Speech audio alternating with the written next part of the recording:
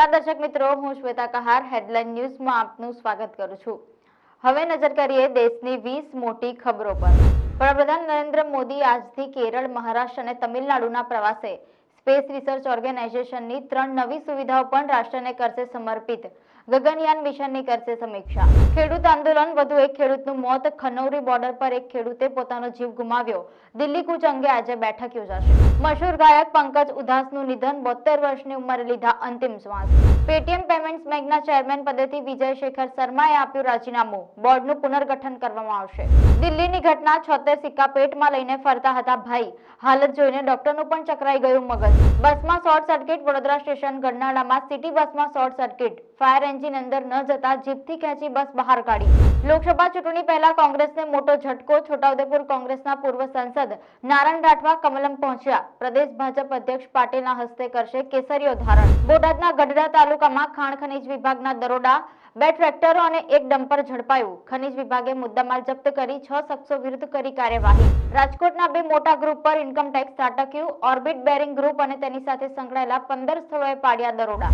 રાજકોટમાં અનૈતિક સંબંધોનો અંત, પતિએ પત્નીની હત્યા કરી મૃતદેહ પાસે બેસીને વિડીયો બનાવ્યો અને સોસાયટીના ગ્રુપમાં શેર કર્યો। કહ્યું તેને બીજા સાથે અફેર હતું।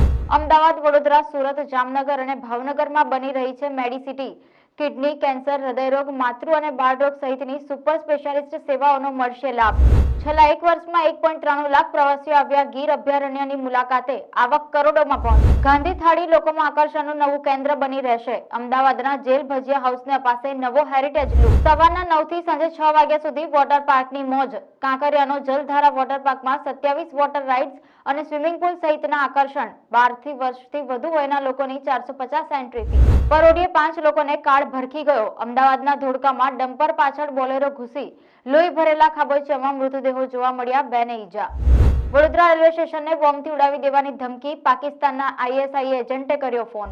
ઉત્તર ગુજરાતમાં વાતાવરણને લઈ ખેડૂતો ચિંતામાં, 2 દિવસથી વાદળો છવાયા। ક્રિકેટર મોહમ્મદ શમીની સર્જરી સફળ।